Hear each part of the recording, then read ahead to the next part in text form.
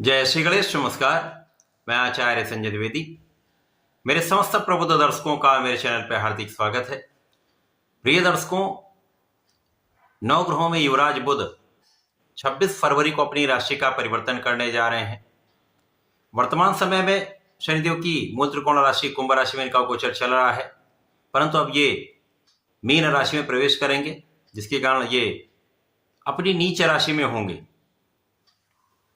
अब ज्योतिष के नियमानुसार जब भी कोई ग्रह अपनी नीच राशि में होता है तो उसका प्रभाव कम हो जाता है, उस ग्रह के कारक भाव में निर्बलता आ जाती है तथा नकारात्मकता प्राप्त होने लगती है।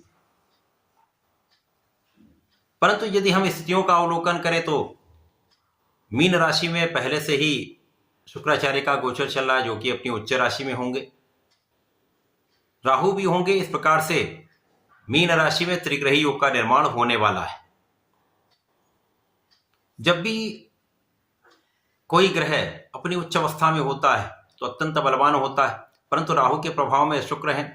यद्यपि यहाँ पर शुक्र और राहु का मित्रवत संबंध है, परंतु कहीं न कहीं राहु का कुछ नकारात्मक प्रभाव अवश्य प्राप्त होता है। इसी प्रकार से बुध जब यहाँ पर होंगे तो जड़ दोष बनने वाला है, परंतु यहाँ पर नीच भंग राजयोग का लाभ मिलेगा, मालव्य योग का लाभ मिलेगा। शुक्राचार्य के उच्च में होने से, बुध के साथ संयोजन बनने से महालक्ष्मी योग का निर्माण होगा, जो निश्चित रूप से समस्त राशि के जातकों के लिए कुछ विशिष्ट लाभ देने वाला है। आज मैं धनु राशि के लिए तथा मकर राशि के लिए बुध के इस राशि परिवर्तन का किस प्रकार का प्रभाव प्राप्त होगा, किन किन भावों वृद्धि होगी, इस समय में आप कितना लाभ ले पाएंगे, अथवा कहीं पर कोई समस्या या अवरोध है तो उसका क्या निराकरण, संपूर्ण विश्लेषण मैं पूर्ण तर्क के साथ करने जा रहा हूं। प्रिय दर्शकों, इस राशिफल को आप अपने लग्न तथा राशि दोनों के अनुसार देख सकते हैं। धनु राशि के लिए यदि हम अवलोकन करें तो बुध 2 केंद्र के स्वामी हैं। यहाँ पर बुध आपके लिए सप्तम के स्वामी तथा आपके कार्यक्षेत्र के स्वामी है। कर्मेश तथा सप्तमेश का गोचर आपके लिए चतुर्थ भाव में प्रारंभ होने वाला है। चतुर्थ भाव जो कि सुखों का भाव है, ऐश्वर्य वैभव धन संपदा का भाव है, भूमि भवन वाहन का भाव है, जनता का भाव है, माता का भाव है। यहां पर त्रिग्रही योग का निर्माण होने जा रहा है। यहां पर बुध का नीच भंग होगा, लक्ष्मी योग बनेगा, मालव्य योग है, परंतु राहु का दुर्योग भी है। इस स्थिति में यदि हम देखें तो राहु का जो प्रभाव है वो बहुत कुछ कम होगा, परंतु जो उनका नैसर्गिक प्रभाव है वो तो आपको प्राप्त होने वाला है। लेकिन इस समय में शुक्र और बुध का महायोग, लक्ष्मी योग सीधा सीधा आपके कार्यक्षेत्र को महाप्रबल करने वाला है। तो धनु राशि के जातकों के लिए अत्यंत विशिष्ट संयोजन बन रहा है। जब आपका कार्यक्षेत्र विशिष्ट हो जाएगा, आप अपने कार्यक्षेत्र में विशिष्ट हो जाएंगे, धन का लाभ तो मिलेगा ही मिलेगा, पद का भी विशेष लाभ मिलता है, ऐश्वर्य वैभव में आपकी वृद्धि होगी। इस समय में आपका मान सम्मान बढ़ेगा। यहीं पर आपको ध्यान देना है। जब आपका मान सम्मान बढ़ता है, आप अचीव करते हैं, आपको सक्सेस मिलती है, तो बहुत सारे आलोचना करने वाले लोग भी होते हैं, बहुत सारे आपको डिगाने के प्रयत्न करने वाले लोग भी होते हैं। तो यश और अपयश साथ में चलता है, तो ध्यान देना है। आपकी वाणी के कारण, आपकी वाणी जो है कहीं ना कहीं किसी को हर्ट ना करे, तो वाणी से होने वाले विवाद से आपको बचना चाहिए। तो वाणी को संयमित रखें, प्रयास ये करें जहां पर विवाद की संभावना है वहां से दूर रहें, अवॉइड करेंगे वही सर्वश्रेष्ठ उपाय है। कार्यक्षेत्र में लोगों का सहयोग मिलेगा, आप आगे बढ़ेंगे, वहां पर भी आपके लिए एक अच्छा मार्ग बन रहा है, आपके लाभ में वृद्धि हो रही है, आपकी इनकम में वृद्धि हो रही है।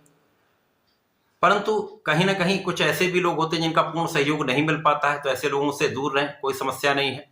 जितना आप नेगेटिविटी को अवॉइड करेंगे वो ही आपके लिए सर्वश्रेष्ठ उपाय होगा।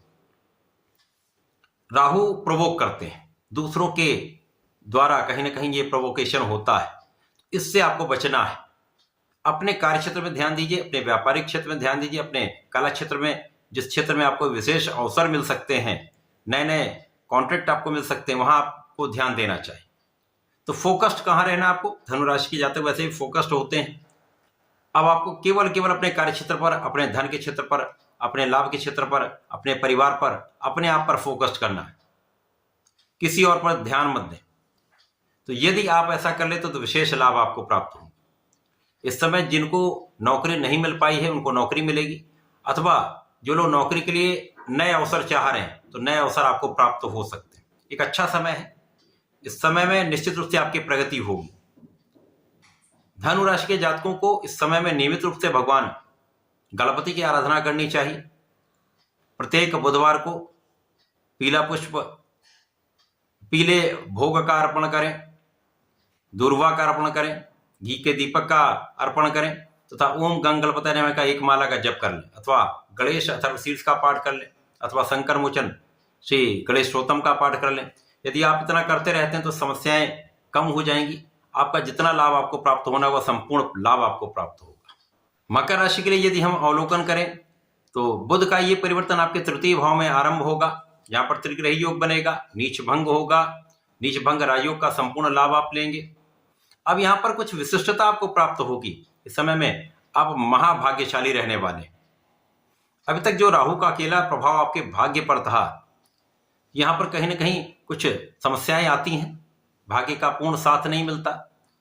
आप पूर्ण प्रयास करते हैं तो भी 90% पे 85% पे रुक जाते हैं, परंतु अब भाग्य का साथ मिलेगा, क्योंकि आपके तृतीय भाव में मालव योग भी बन रहा है, नीच भंग राजयोग भी बन रहा है, लक्ष्मी योग भी बन रहा है। तो भाग्य की प्रबलता संपूर्ण रूप से आपको प्राप्त हो। यहां पर भाई बहनों से बनाकर रखें, विवाद ना करें, क्लेश की संभावना रहती है। इसी प्रकार से धर्म के मार्ग पर आप चलेंगे तो बड़े लाभ मिलेंगे, न्यायोचित रहेंगे तो बड़े लाभ मिलेंगे। इस समय में जो जातक नौकरी के लिए प्रयास कर रहे हैं, सरकारी नौकरी चाह रहे हैं, इनका प्रयास सफल हो सकता है। ये एक अच्छा अवसर है जब आपके कार्य में आपको सिद्धि मिल सकती है। आप अपने ऋण से मुक्त हो पाएंगे, रोग आपका दूर हो पाएगा, आप स्वस्थ रहने वाले हैं। इस समय में कार्यक्षेत्र में विशेष रूप से प्रगति के अवसर आपको मिलेंगे। नए पद की प्राप्ति हो सकती है, मन के अनुसार आपको पद मिल सकता है, मन के अनुसार आपको स्थानांतरण मिल सकता है, कार्यक्षेत्र में लोगों का सहयोग मिल सकता है, तथा इस समय में निश्चित रूप से आपके ज्ञान का भाव अत्यंत विशिष्ट रहेगा। जब ज्ञान का प्रभाव आपके कार्यक्षेत्र में आपको लाभ देगा, आपके व्यापारिक क्षेत्र में आपको लाभ देगा, आपकी बनाई हुई प्लानिंग सक्सेसफुल रहने वाली है। इस समय में संतान आपकी बहुत अच्छी रहने वाली है, संतान का संपूर्ण सुख आपको प्राप्त होगा। इस समय में आपका जो ज्ञानार्जन है, आपका जो ज्ञान आपने लिया हुआ है, या आपकी जो प्रज्ञा है, विशेष रूप से आपके कार्यक्षेत्र में आपको मार्ग देने वाली है। इसी प्रकार से जो जातक पढ़ाई कर रहे हैं, शिक्षा ले रहे हैं, परीक्षा का समय आ रहा है, इस परीक्षा में यदि पूर्ण मनोयोग से वो अपना प्रयास करते हैं, पढ़ाई करते हैं, तो सफलता में कोई संदेह नहीं, अच्छे अंक आपको प्राप्त हो सकते हैं। इसी प्रकार से जो लोग प्रतियोगिता परीक्षा की तैयारी कर रहे हैं, यदि इस समय में इनका ये कोई परीक्षा प्राप्त होती है, पढ़ती है, तो वो उसका संपूर्ण लाभ ले पाएंगे। सफलता की स्थिति यहाँ पर बन रही। इस समय में जो बुध का ये महायोग आपके तृतीय भाव में बना हुआ है, ये आपको परिश्रमी बनाने वाला है। कभी कभी राहु भटकाते हैं, आप परिश्रम करना चाहते हैं लेकिन किसी और काम में आपको लगा देते हैं। आप अपनी एनर्जी का सही उपयोग करना चाहते हैं लेकिन उस एनर्जी को ये वेस्ट करा देते हैं। परंतु इस समय आप यदि पूरा ठान लेंगे तो अपनी ऊर्जा का सही उपयोग सही दिशा में कर पाए, जिसका संपूर्ण लाभ आपको प्राप्त होगा। विशेष रूप से जो लोग कला क्षेत्र से संबंधित हैं उनके लिए अच्छा अवसर है, जब आप अपनी कला से लोगों के बीच में एक अच्छा नाम कर सकते हैं, अच्छा धन अर्जित कर सकते हैं, अच्छे अवसर प्राप्त कर सकते हैं। इस पूरे समय में मकर राशि के जातकों को धन भी प्राप्त होगा, लाभ भी बढ़ेगा, तथा आपके अवसर आपको बड़े लाभ देने वाले हैं। नए नए अवसरों की वृद्धि हो रही। इस पूरे समय में मकर राशि के जातकों को नियमित रूप से भगवान भोलेनाथ की आराधना करनी चाहिए। नमः शिवाय पंचाक्षर मंत्र का जप करना चाहिए। प्रत्येक शनिवार को बजरंगबली महाराज के दर्शन करें, उनके चरणों से टीका अपने मस्तक पर लगाएं। ओम हम हनुमताय नमः का 27 बार जप कर लें, तथा हनुमानाष्टक तथा हनुमान चालीसा का यदि संकल्प लेकर पाठ कर लेते हैं तो विशेष लाभ मिलेगा। तो ऐसा करके इस समय का उपयोग करें, लाभ लें। धन्यवाद, नमस्कार।